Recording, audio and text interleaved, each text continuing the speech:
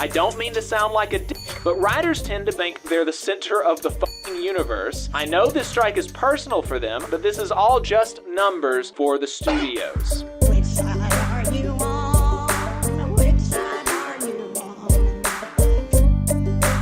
on? Let's take a look at the WGA strike, and the WGA strike is, well, I said I had updates. There's not really a whole lot of updates. The thing is basically in the same place that it's been for about 2 months now. Is that right? Yeah, I believe so. They've been on strike for almost 2 months. No movement, at least from what we can tell in the media.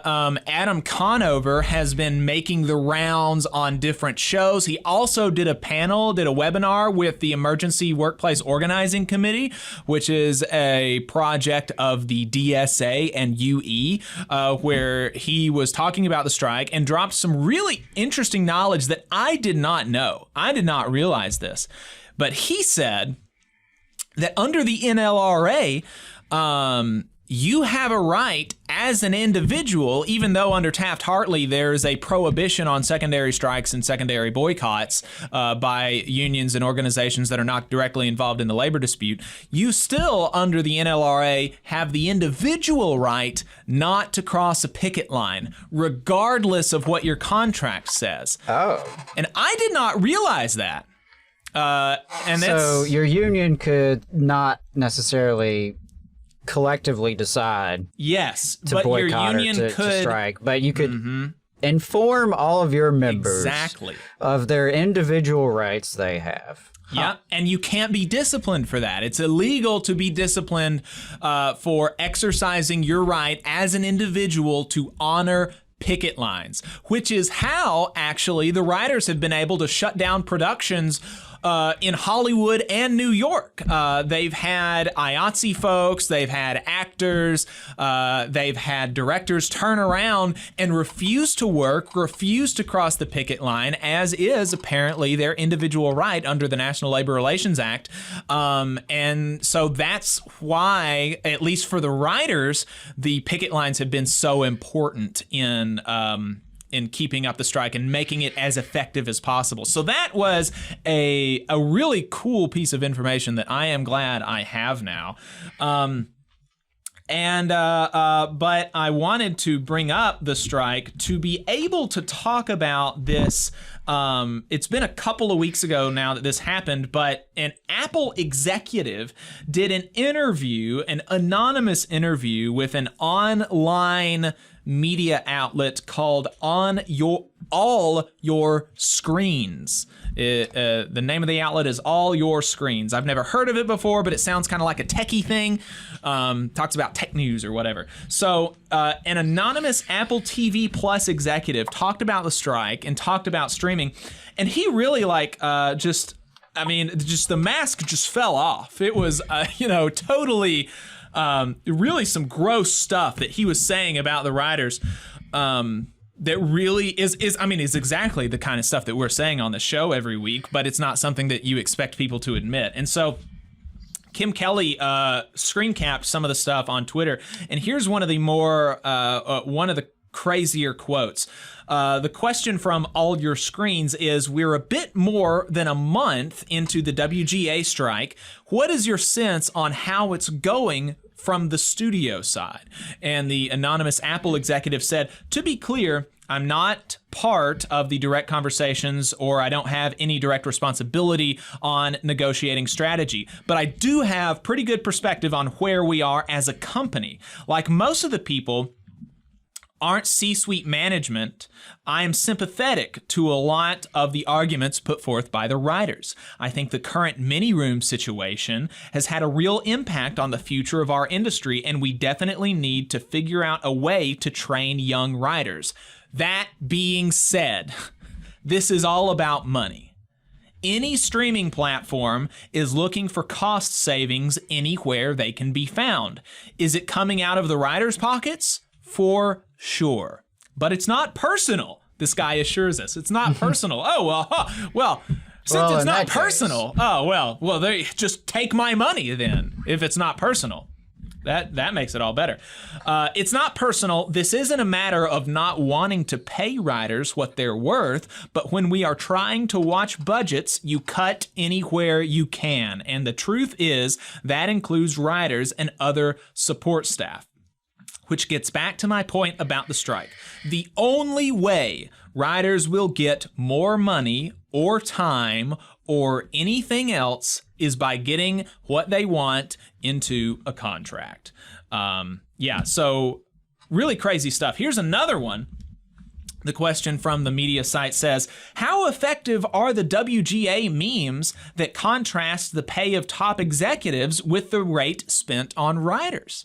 The Apple executive says it's a fine PR move, but it doesn't move the dial in negotiations. Media companies don't see the world that way. You could cut the CEO pay in half, but that doesn't mean the money will end up in the pockets of riders. This isn't a situation where the streaming companies don't appreciate the value of writing in the content ecosystem. We do, but we will pay the absolute minimum that we can. I see people online blaming streaming for all of this, but this is how all businesses work.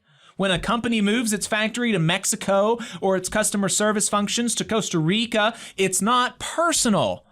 It's not personal. It's not because companies' executives hate their employees or don't value them. It's just a simple profit-loss equation.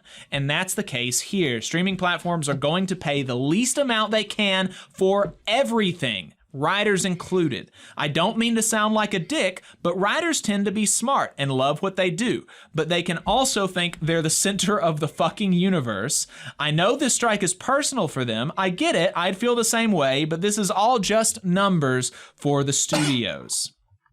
What's the least amount we can get away with paying for everything? Wow. Really, really gross stuff. Yep. But surprisingly frank. Surprisingly frank, indeed. Which is, that's what we're saying. That's the song and dance that we're doing every week here on this show is that, they don't care about you. Your bosses don't care about you. Company loyalty is bullshit. And so you shouldn't respect it. And you should take what you can and get it into a contract. Go in, do your job, and then go home and don't think about it anymore. Because they're not thinking about you other than how much they can extract from you. So, it's not personal. It's not personal. It's not personal on our side either, right? Right. We are selling our labor in exchange for our life. It's just a business decision. I remember this fella that I used to go to church with. He had this story about how he left a job for one where he made more money, and his boss was chastising him. And the funny thing is this, it wasn't even in like a care industry. This guy wasn't a therapist. He wasn't a nurse. He wasn't a doctor. He wasn't a teacher or anything like this where you or working for a nonprofit saving the world. He was working in like a machine shop, So like the idea that the boss would say this, but his manager was like chastising him. And one of the things that the last thing that he said was, "You're just in this for the money, aren't you?" And like, yes, I'm not working in a machine shop because I'm passionate about machining. That's what you do at home, right? Like, what a dumbass. That is wild. What a stupid thing to say to a guy in a machine shop. Of all places. You're just trying to pay your bills, aren't you? You think you're just trying to make a living, huh? Yeah. Crazy. Yeah, because it's like, no disrespect to the machine shop or where you work, but at the end of the day, we're all selling our time, our energy, our brain power, our muscle. We're selling that in exchange for some kind of wage and benefit. And we hope it's enough to scrape a living, you know, together. That's just the life for the majority of people in this country and across this world. And that's why we have a lot in common. You just saw a clip from the Valley Labor Report. We are live every Saturday morning from 9:30 a.m. till 12:30 p.m. And we pride ourselves on keeping all of our content free to everybody so that we can talk to as many working folks as possible. If you support the work that we're doing, you think that it's important, you think that it's good, then consider making a monthly contribution to the project, and you can do that on our website, tvlr.fm.